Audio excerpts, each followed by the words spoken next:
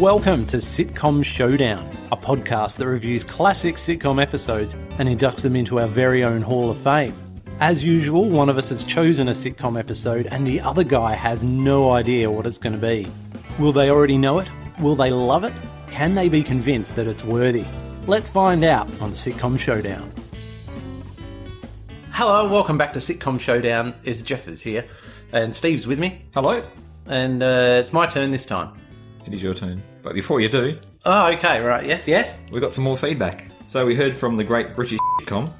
Yep. Mark sent us a tweet. Hi, Sitcom Showdown. I just discovered your podcast. Really enjoyed the Garth Marenghi Dark Place episode. Oh, everyone does. In my face. Yeah. Take that. Hashtag One Tracker Lover.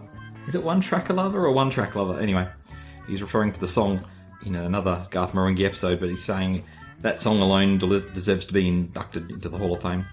If you're interested, they're doing a similar podcast, seeing if sitcoms have stood the test of time. Aha. Oh, this sounds like it could be action-packed, and that instead of looking at one sitcom, they're going to breeze through a bunch of different things. Yeah, well, I've listened to all their stuff so far. Yeah. There was a sitcom called Dad, which I hadn't heard of before, but that had George Cole in it. There was British Empire, which they didn't like. 2 episodes of Men Behaving Badly, and Gimme Gimme Gimme, Aha! which would have been really bad. Yeah, oh, well, quite. Thanks, guys. Yeah, so if you want to go and check them out, just type the name into something and you'll find them easy enough. And it's amazing because you'd mentioned and recommended this to me no less than maybe a fortnight ago. Yep. So, there you go. Yeah. What have you got for us, Jeff? All right, let's carry the good vibes through. So we're going back to the 80s, Steve. Ooh. And this will be, I think, from memory, the third USA sitcom that I've brought to the table, which is very unusual because, you know, it's mainly British stuff from me. From the 80s. Okay. Well, what sitcoms are... Oh, look. It's all right, listeners. Stop kicking the mic. It's just me destroying the furniture here. Yeah. Well, I won't try and get you to guess what it is. Right. But I'll try and gauge your facial expression. We're going to watch an episode of Sledge Hammer. Yay! All right. Yes, it's going to be Series 2, Episode 13. And I haven't put it in my notes, but there nearly wasn't a Series 2 because they'd actually cancelled it. And the last episode of Season 1 went down so well that then they scrambled to get a Season 2 happening. So the ratings just shot up. Yeah. So, Wonder why that was. I have no idea, but Sledgehammer is something that I'm skipping ahead here to the how did I find it, but I just watched it back in the day and really enjoyed it, and not known anything about the background of it. And when you do a bit of reading into the birth of Sledgehammer, the show, it's all very interesting. Yeah. Are you going to tell us any of that in I the am next going section? to tell you in the next section for sure. But what we'll do first is give you a rundown of what Sledge Hammer is. And I'll start out by saying it's not one word, it's 2 words. So it's sledge, space, hammer, exclamation mark. People leave the exclamation mark out. Yep. And one shouldn't do that sort of thing. So it ran for 2 seasons on ABC television. That's American ABC, not Australian ABC. From 1986 to 1988, which in my life was this golden era. Did you say 2 seasons? 2 seasons. I'm surprised it's only 2 seasons. Okay, so how many episodes each? Well, I don't know, but let's guess anywhere from 13 to 16. Okay. It's not as much as 20, I wouldn't have thought. So that's poor research by me. Anyway, I shall launch into We can edit that in later. Oh, good. Right. Well, seamless. This show stars David Rash, which isn't... Rash? Yeah, don't spell it Don't pronounce it. R-A-S-H though, do you? As Inspector Sledgehammer of the San Francisco Police Department. So he's this caricature of a standard cop on the edge, Dirty Harry sort of deal. So he's this violent, insensitive detective who believes in shooting first and asking questions never. So his prized possession, obviously, is his .44 Magnum revolver. With a beautiful, what looks like ivory or mother of pearl handle with a sledgehammer inscribed on it. Has it got a name? This customized grip. Well, I'm not sure. And you'll find out why. Anyway, so he sleeps and showers with his gun, and he even talks to it, as we'll find out in this episode. But despite all of this, Hammer's never seen killing anybody in the whole 2 seasons. Yep. Even though, he must have killed someone, because at one point he deals with a sniper on the roof in one episode by taking out a bazooka and blowing up the whole building. So, who can tell? But like when he's out policing, he's this stickler for law and order. But when it comes to him, no, that's the fine. rules don't apply. The rules don't apply. He doesn't follow police procedure at all. He's very slack with that, and he roughs up all these suspected criminals, and he spends half his time suspended from duty. Mm-hmm. And to the point where his police disciplinary file has to be wheeled around in a wheelbarrow, whatever they say, get the file. It probably takes up 3 filing cabinets or something. Are you making that up, or is that real? No, it's there. I only watched 2 other episodes to prepare for this, and one of them was the one where they had to get the wheelbarrow out for the internal affairs dude. Yeah. Oh, man. I like that gag. Do you remember Hammer's motto? Mm-mm. It's in the hang on. intro scene for every episode. Trust me, I know what I'm doing. Yes. Well done, Steve. Cool. So his partner, who has to put up with him all the time and put him on the straight and narrow, is Detective Dory DeRoe. She's this very sophisticated and intelligent, sensitive cop. Excuse me. Anyway, but she can really deliver a karate kick and all this sort of business. In high heels? In high heels, yeah, all the time. And she obviously has to save Hammer from all the stupid situations he gets himself into. But she does see some redeeming qualities in him. And he must have a few in there somewhere. Yeah. And we'll find that out this episode as well. So she's played by Anne-Marie Martin. And Anne-Marie Martin's quite interesting. She was in Days of Our Lives in the early 80s, and she's guest starred, in singles episode of a whole bunch of other shows. And so I'll list a few off. There's Buck Rogers in the 25th Century. Oh. Right? And sort of crimey shows like TJ Hooker and BJ and the Bear, that sort of thing. But she's married to Michael Crichton. Oh, writer. Yeah, of Jurassic Park and all these other things. No way. Yeah. Anyhow, let's move on. There's Captain Trunk, because this show's really got 3 main characters, and there's a couple of peripherals who might get a line here and there. So it's very economical with the cast. Captain Trunk is played by Harrison Page. He's great, but he's the chronically uptight, Pepto-Bismol guzzling captain who's often driven mad by Hammer and all his gung-ho reckless policing. And so obviously he's a parody of these police precinct captains from all the 1970s and 1980s cop shows. But Harrison Page, he doesn't just star in one episode of a long-running series. He'll be in 5 or 6 episodes if they're doing an arc thing or whatever. Mm-hmm. But let me list off some of these shows. There's quite a few. So there's Cold Case, Jag, ER, Ally McBeal, Melrose Place, right, Quantum Leap, The Wonder Years, 21 Jump Street, Whoa. Murder, She Wrote, Hill Street Blues, Webster, The Dukes of Hazzard, Kojak, Bonanza, and Columbo, and a lot more I couldn't be bothered putting in. Wow, I'm impressed. Oh. So no wonder he's good in this, because he's actually, seen those roles happening in other shows. Yes. And of course the star, David Rash, or if there is a better way to pronounce it, I'd prefer that, but I'm just going to call him David Rash.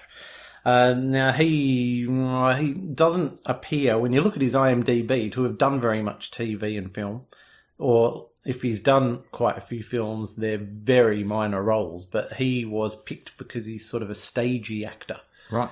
And the producers wanted to cast a full-on comedian like Rodney Dangerfield or whoever, and the producer guy said, no, let's not do that. We're going to make sure we cast a proper actor who can sort of play it straight and all that sort of biz. So they got him. So he's done a ton of stage work. He has been in movies. So he was Chief X in Men in Black 3 and little things. But right. I reckon it'd be blink and you miss it sort of gear. The theme for this show is by Danny Elfman. Oh, that name's familiar. Very familiar. He's done a million great TV show themes, but I think The Simpsons is one of his. Mm-hmm. And the story behind this is there was this young comedy writer, talking 16-year-old young, and he was writing for guys like Rodney Dangerfield and other sitcoms. I think All in the Family might have been one or whatever. And he'd come up with a full-on parody of cop shows, and it was Sledgehammer, and there it was. Yep. But he couldn't sell it or anything like that. But eventually, this sort of format show was pitched to a network bod, and he said, I've seen just the project you want. And then they got Sledge Hammer up and happening.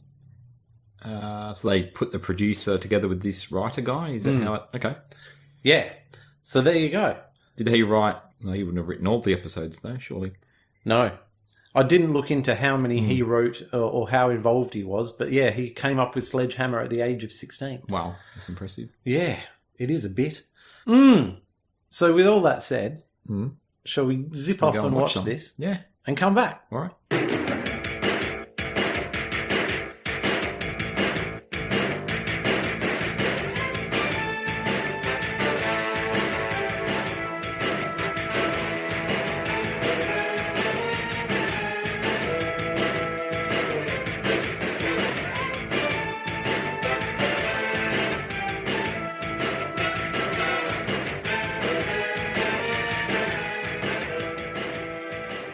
Captain, Syra just died. Oh, that's terrific. That's just wonderful. That really makes my day. What happened? Hammer shoot him through the heart? Hammer had nothing to do with it, Captain. Hammer always has something to do with it. That psycho has been assaulting my coffee ever since he transferred here. But I don't really care, Doro. I don't really care. It doesn't matter to me anymore because, I mean, even if I'm going to lose my badge and I'll be on the street talking to parking meters, it doesn't matter to me because Okay, everybody. Building is under quarantine. Till further notice, no one exits or enters the building. No exceptions. Questions? yes, quite a few.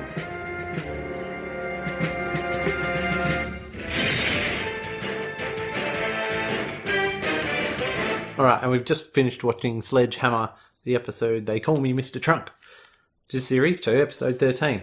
And I'm just going to launch straight into the synopsis, Steve, if that's all right. Go for it. Are we sitting comfortably? The episode opens in a shadowy lecture room in what we quickly find out is a military complex for germ warfare, although they probably wouldn't be so open in calling it germ warfare. They'd have a euphemism for it, whatever that may be. Very shadowy. Yeah. There's Colonel Poltz, and he's telling a room full of military bods that a break-in has happened at their facility, and he reports that a foreign operative called Richard Syrat tried to steal a deadly toxin, formula BX976. So this is the sort of thing that many shows would go, well, we've got to call this toxin something, and then they'll call it something that means something to them, which is some sort of production in-joke, although I haven't looked into what that may be. Yep. But if the listener knows, then please get in contact with us. It's someone's number plate. Could be. Anyway, the foreign operative Syrat failed to get the toxin, but he was unknowingly infected. He got it. Didn't get it, but he got it. He didn't get it, but he got it. And it's bad news because he's on the loose and contagious. And so at this point, Colonel Poltz goes on to detail the symptoms, which are Stage 1, hallucinations, Stage 2, disorientation and lack of coordination, which on the screen that he's showing them slides of shows a person putting an ice cream in their ear for some reason. Stage 3, lethargy leading to coma, and Stage 4, the big kahuna, death. And then he tells... Stage 5? There is no Stage 5. Oh. Sorry. So he tells all his military colleagues the mission, which is to find Syrat, and it's top secret and no one in the public knows. And then he asks the whole room, okay, any questions? And immediately all their hands shoot up, and he goes, good, let's get to work, and just walks out, which I thought counts as the first gag of the thing, if you don't include Big Kahuna. We cut to the police station, where Captain Trunk has called Sledge and Duro into his office, and then cue a whole bunch of nifty jokes where Sledge is stupid. But basically, in a nutshell, Captain Trunk tells them that the military want their help to track a man, but not to apprehend him, and don't approach him, and don't do any of these things. Just call the special number that Trunk is giving them, and the military will do the rest. And, he's sort of trying to calmly tell them this while sculling Pepto-Bismol and trying not to lose it at Hammer. The words recipe for disaster come to mind. Oh, totally. Because, the first thing he does once they call Hammer and Duro into the office is Sledge is trying to catch a fly he can hear in there and pulls out his gun and shoots the fly. Anyhow, we move ahead from this point, and you've got Duro and Hammer, and they're getting an after-work drinky. at a bar, and they're talking about the mission, and Hammer's saying how he hates all the secrecy of the military bods. Yep. And the barman says, look, guys, I've got to close up. And he asks Sledge a favour to help get rid of this drunk guy slumped over at the far end of the bar. He's not responding to being told to leave. So Sledge and Duro go over, and Sledge is about to manhandle this dude and calls him a slime baggo. And Duro realises it's Richard Syrett, the person they've conveniently been looking for. And very convenient. Oh, well, exactly. So Sledge goes to grab him, and Duro goes, no, what are you doing? We've got to call the number. He goes, I don't need the army's help to apprehend this sick sicko. And he just grabs Syrett and just puts him over his shoulder and says, trust me, I know what I'm doing. And then they head out of the bar, and it's all going downhill from there as soon as Hammer's uttered those words. So they get back to the cop shop, and anyhow, he dumps a very sick Syrett into Captain Trunk's chair in his office. And, Captain Trunk's sort of just going, why didn't you call the number? And he's going off his nana and tells Hammer to take Syrett down to the cells while he's going to call the military and try and explain his way out of the crap situation he's in now that Sledge has just gone ahead and done the wrong thing. And he's totally fuming at this stage. Anyway, down at the cells, Duro and Sledge dump Syrett on the prison cot thing. And Duro points out, hey, this guy's really sick. What we need is a doctor. And a voice pipes up from the next cell. I'm a doctor. And then instantly, Duro says, a doctor in the next cell? What are the odds? Which is obviously taking a mickey out of all these brilliant coincidences we've had. Yeah. And so the doctor and nurse examine Syrett and point out that he's dead. And Hammer just... No. Well, no. Oh, well, they do an examination. First they do an examination. Yeah. And it's he asks him to cough, please, while he's got the thing under his tongue or something. Yeah. Like that. And he says... And shining a light in his eyes and checking his pulse. The prognosis is not good. The patient's not breathing. Yeah, exactly. He's dead. Well, quite. And Hammer goes, well, what are you two in here for anyway? And he goes, impersonating a doctor. Yeah, and I'm not really a nurse. No. So Duro has gone up to Trunk's office to tell him that Syrett's dead. And Trunks, he knew something like this was going to happen. It just gets worse and worse. What happened? Did Hammer shoot him? But in this case, no, he didn't.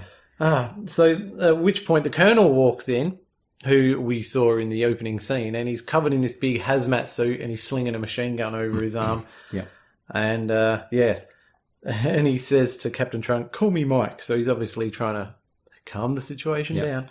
The station's now swarmed with all these gun-toting hazmat dudes, setting up cameras and sealing off the building, and the Colonel tells Trunk, look, don't worry, it's all perfectly routine. It's just normal procedure. Just go about your daily business. So everyone's sealed in at this point, including, all the criminals and the pimps and the prostitutes and everyone that's under arrest, and they've all been locked in together. And soon, strangely enough, the people that were locked in the cells are soon enough just wandering around they are. The police station. Yeah, the doctor and the nurse mingling are up there with the police. Doing stuff, yeah. Maybe they had to get them away from the dead dude, but it's, all too late by this stage. But needless to say, the people in the station don't know they've been infected and stuff, but we as the audience know. Anyhow, Sergeant Mayjoy, who's a minor character, he starts hallucinating first, and so he's hallucinating this hot chick who's saying, oh, Mayjoy, you're the best, let's be together, and rah, rah, rah. She's exactly the kind of woman that Al Bundy would have... Oh, yeah. You could bet that actress has probably appeared on Married with Children at some point. There's some crossover.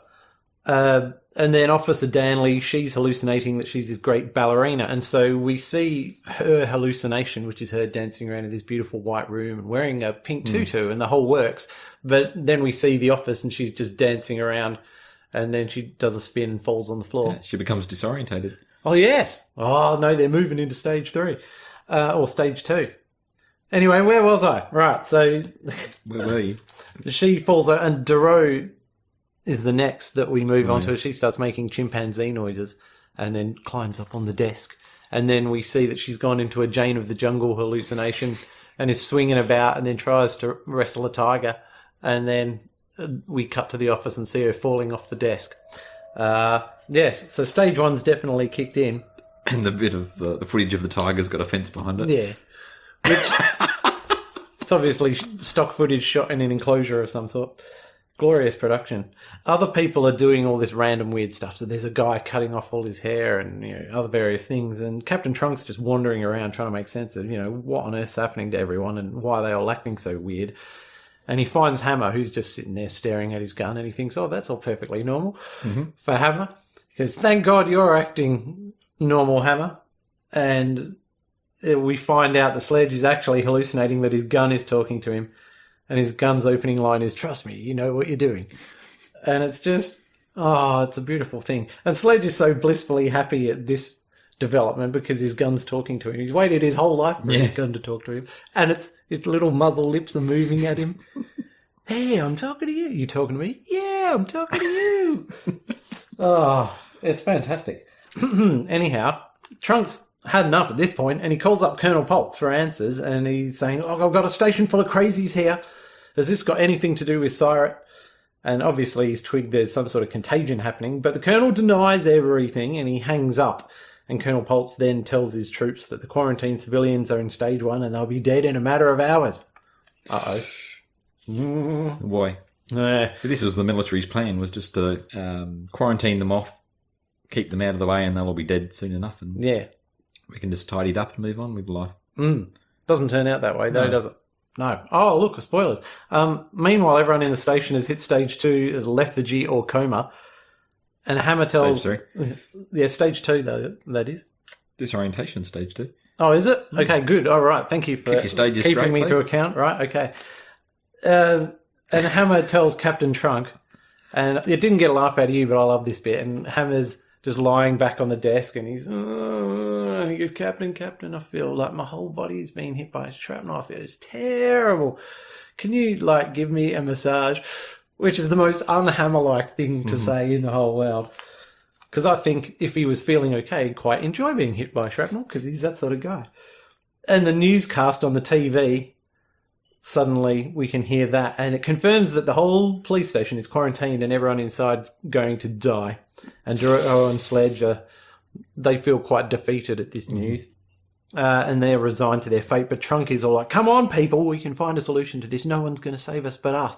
And tries to rally the troops a bit. And then Duro sort of, she's in a stupor, but she's still clever enough to see, hang on, Captain, why aren't you affected? And Hammer chips in with, maybe it doesn't affect captains. Yeah, thanks. Thanks, Sledge. Well done, Sledge, yeah. So there could be a medical explanation. So Trunk takes the fake doctor down to the police lab to run some tests on him to see what's happening. Oh, man. And the doctor's, pretty stuffed at this point, but him and Trunk find out that it's because of Trunk's extremely high blood pressure. That's the working theory. And meanwhile, up in the office, though, there's a really sweet scene with Duro and Sledge, who know that they're dying, and they say nice things to each other. So I thought we might put in a quick clip of that here. I just want you to know that even though we're all going to die because of your stupidity, I forgive you. You've been a great partner and a good friend, and I love you like a brother. Come on, Duro, this is no time to be sentimental. This is a perfect time. We're dying. You're right. In that case, I just want to tell you that you are the best partner I ever had. And I'm really gonna miss you. Almost as much as I'm gonna miss me.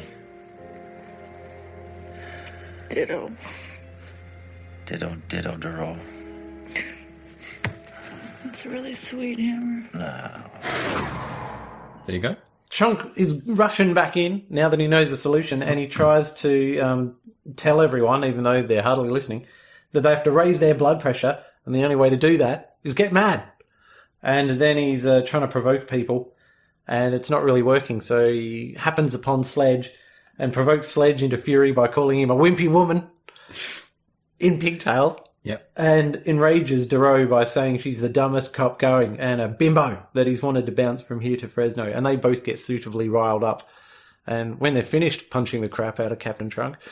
which makes him happy. He says, come on, Hammer, it works. Make everybody mad. You're real good at that. And Hammer's just like, this is fantastic. And then immediately punches a bloke in the face and turns around and gives a huge thumbs up to Captain Trunk.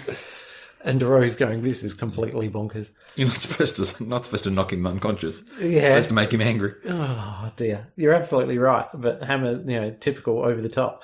And he's grinning like a loony Hammer at this and starts this massive all-in brawl that starts It's kicking like a bar brawl inside the police station. Totally. And cops are punching each other and glasses being smashed and people are having their heads slammed against the desk. And it's total chaos. And then basically Hammer turns to DeRoe and Captain Trunk and says, this is my kind of disease. And aside from one other scene where the Colonel tells Captain Trunk that he saved the day, basically it all ends happily ever after. Yeah. And that's it. Well, let's take a quick step back, Steve. Right. And I don't remember when I first started watching Sledgehammer, but it would have been on the telly. And for some reason, I remember it being on Channel 10. And I think Channel 10 only arrived in Perth when we were very young and we only had 3 TV stations. And then Channel 10 came along and increased our stations by 25%, which is fantastic. So I think that was about 88 or 89. Okay, so pretty much around the same time as this. Yeah, so give it a couple of years for it to make its way over to Australia. It might have opened up with Sledge, but I could be totally wrong. What are your memories of Sledgehammer and when did you come across it? Well, it must have been exactly the same time as you, I think. We would have been watching it and then probably taping it on VCR, rewatching it and rewatching it and rewatching it. Well, that makes sense. That's my recollection. I certainly didn't watch it. Oh, we've never had it on DVD or anything like that, have we? So No. That's been a long time. I haven't watched an episode in many, many years. All right, well, I've been speaking enough. I'll hand it over to you. Oh, okay. What do you want to hear? Well, I don't Some know. random Have stuff? you got some plot holes or criticisms to open up with and some gags and all that Well, sort of I'm business? interested to know why they called this episode They Call Me Mr. Trunk. I mean, there's obviously a gag there, but... We don't know what it is. You don't know what it is? I don't know what it is. I mean, it certainly centres around Captain Trunk. And why not they call me Captain Trunk? I don't know. Yeah, there's obviously some film reference I there. don't know isn't what it is. Oh, yeah. Okay, so the 4 stages of this deadly toxin, hallucination, disorientation, lethargy, and death, reminded me of this scene from Blackadder 3 where they're in jail in France. Is it in France? It's at the French Embassy in London. The French Embassy in London, and there's a similar thing where they expecting to be tortured or something like that, so they take this poison pill. And Le Comte de Frou-Frou. the Comte de Frou-Frou. Yeah, so it's Smedley and Blackadder. And when you take this poison, you go through 4 or 5 stages in very similar fashion. There's the forgetfulness. Yes, right in the middle of a thingy. You forget what you're... you forget... Yeah. Yeah, so that made me laugh quite a bit. The similarity between those couple of things. The shooting the fly with the 45 Magnum inside the police station, as you do. I like the way Sledge throws this guy over his shoulder and walks through the police station, dumps him down in the chair, picks him up from the captain's chair, waltzes him through to the cells, dumps him down there. I mean, David Rash must be he's tall. He must have been pretty strong to do all that without no apparent effort at all. I agree, totally. And the guy was playing dead, so he was... Heavyweight. Yeah, heavyweight. And I seem to recall saying while we were watching it is, what a role for the dude. You know, so he's named, he's got a photo there, he gets lots of FaceTime. He doesn't have to say a single line. Yeah. He just has to get carried around by Sledge. But it's still a high-profile guest starring role. Fantastic. Count Arthur couldn't have done it. Oh, no. All right. We made our way through that pretty quickly. Well done, Steve. I do have more notes, but I'll save them for later. Okay. So I'll start off with some cool lines, some of which... Oh, no, actually, no, I won't. I'll start off with a comment for Steve, which I've got here in my notes. Basically, and I haven't articulated this well at all. So the thoughts are bouncing around in my head, but then I thought back to Garth Marenghi, where you've got the craziness with DeRoe going ape and things happening to people, infecting them in the hospital. And also, in general terms, in that, you know, Garth Marenghi's taking a crappy 80s show concept and looking back at that, whereas Sledge was actually doing it in the 80s, taking the mickey out of terrible cop shows. But here you've got genuine bad 80s production values and all that sort of stuff. So everything you like in Garth, you've got in spades in Sledge, and it was genuinely done in the 80s. So there you go. I know I'm talking a losing battle here, but No, well, okay. So Did that come up in your- this was one of my notes that I haven't spoken about until now. Is that this is so budget. This show, like the scene where they're giving the briefing in the army base or wherever it is, it's so shadowy. Like they could have shot it in a shoe cupboard or something like that. yeah, And put a few plywood bleachers in there for people to sit on. yeah, anything like that. So I think it really embraces the whole "so bad it's good" Ethos. Hey, and James. they do things like there's okay, so when the military come in to quarantine everything, they put this quarantine tape around the doors, but then you see later that they've put this tape all over the filing cabinets, and it's just it's everywhere. So that kind of So it's a good visual thing, but makes no practical sense at all. yeah, exactly. All the coincidences in it. I mean, it is just a show which is embracing the "so bad it's good" theme. So I do like that, and noted that similarity to Garth Marenghi. Ah, okay. But I don't know, why can't you can get behind this? Why can't you get behind the other one? I don't know. Anyway, let's skirt past all that. Carry on. So aside from that, this is an unusual episode of Sledge in that it takes place almost entirely in the station. Whereas the humour with Sledge is normally the crazy character of Hammer interacting with the outside world. So there's a crime. Mm-hmm. Duro and Hammer get sent to go out and investigate. And it's when Hammer has to go out into the real world and mix with real people. His over-the-top craziness, it gets highlighted by the context of him being next to normality.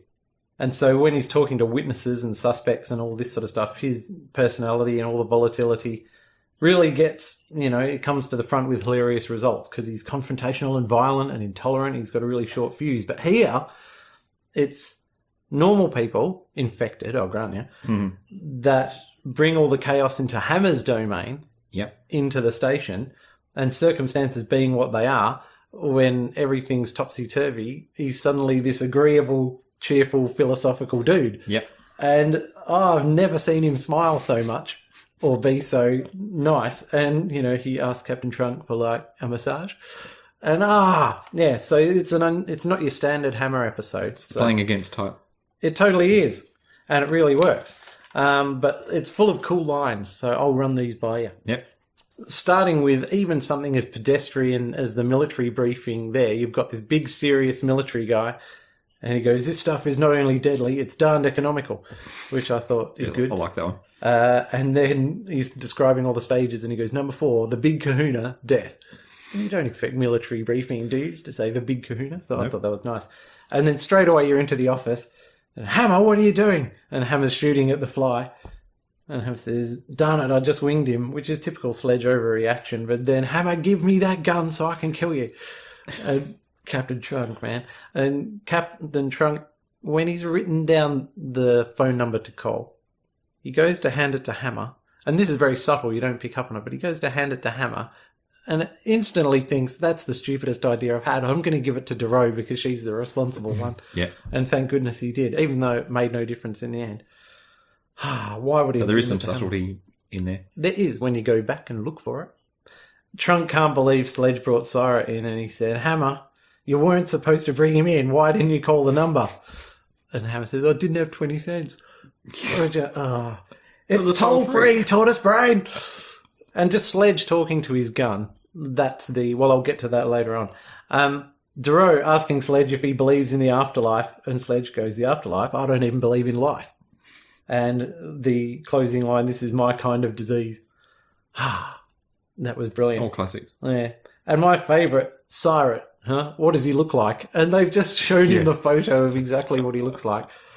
Oh, man, that's brilliant. And when he was enlisted to help the military on this case, both his tank and his eyes were ready to roll. Yes. Oh. That was a good one. So there's plenty of good lines in there. What else have you got in terms of notes? The music jumped out to me on a few occasions as being lots of fun. There's this sound effect during the briefing where he's just talked about this toxic substance. I don't know if you can throw that one in here.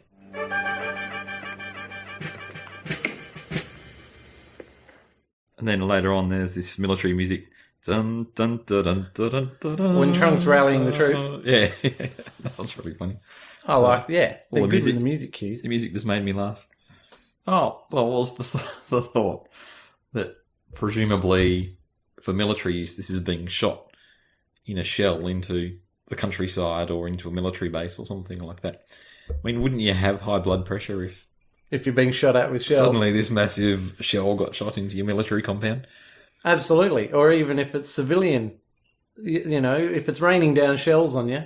Yes, if the antidote is high blood pressure, I'm surely you're going to have high blood pressure in You'd think sort so. of scenario. Yeah. So perhaps it's not very economical after all. Yeah, it's not as economical as we think. All that R&D money they poured into it. Yeah. Oh dear.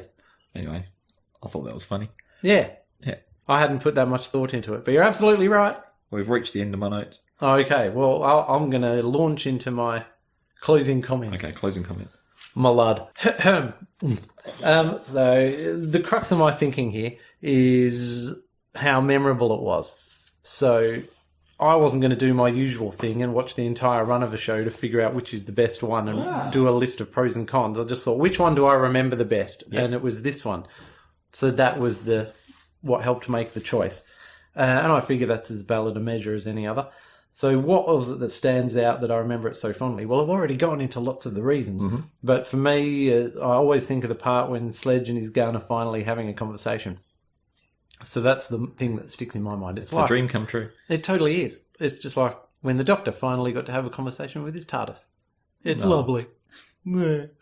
And it's just the way that Sledge gets a chance for once to sort of be cheery and happy and thoughtful, so that side of him comes out, which was pretty cool. And obviously there's lots of great lines, and the whole thing's just awesomely stupid. And I do think this era had some great low-budget craziness like Sledgehammer and Married with Children. And as I mentioned, I watched 2 other episodes of Sledge just to make sure I was on the right track. And I did see some actors who were in Married with Children that were also in Sledgehammer. But they were different networks, weren't they? Yeah. So this is ABC, and Married with Fox. Children was famously on Fox. Yeah. But both shows are turning the tables. This turns the tables on cliched cop shows, and Married with Children turned the tables on cliched family sitcoms. Mm-hmm. So, in a nutshell, I just like it. And Harrison... That's why we should put it in. That's right. Because I like it. Yeah. Well, case closed. Harrison Page's Captain Trunk is a joy in this one, and it's an awesome showcase for him as well. And it does a lot with the cast in this one. I thought it was fantastic. And even if it doesn't go in, I'm just happy to have brought it to a wider audience of 3 people. Yeah. Dero gets to act like a orangutan. Yeah, and Jungle Jane. I don't know how she got from one to the other. Yeah, that's a bit... Let's not think about it, or it won't make any sense. It's a logical progression. Yeah, well, possibly so. Surely. It's super evolution in 30 seconds. From ape to human. Yes, so there you go. Yes, I just think it's glorious, ridiculous fun. Woo! Basically. Yes. Okay, so should this go into the Hall of Fame as this episode of Sledgehammer? Yes, I think so. There's nothing not to like. And it's memorable. Totally agree with that. When you're putting it on, I was saying to you, is this the one where his gun talks to him? They're all going... Bananas? Yeah. Oh, well, I'm really pleased about that, because I could have sworn it wasn't going to go in, but... All right, brilliant. And that's another thumbs up for our USA compatriot sitcom producers. Well done. Ah, thanks, man. Okay, well, that's a very pleasant end to this episode of Sitcom Showdown. And, of course, we'll be back next time with Steve's choice. And as usual, I've got no idea what that's going to be, because you haven't even dropped hints or anything. No, so no hints. This will be good. And, as usual, the email address will be in the outro. But, yeah, thanks again, Steve, for putting it into the Hall of Fame.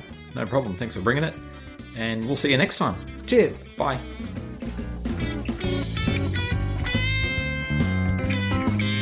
Join us next time on Sitcom Showdown when we'll be putting another 5-star episode under the microscope. And in the meantime, you can contact us with feedback on Facebook, Twitter @Sitcom Showdown, or by email sitcomshowdown@gmail.com.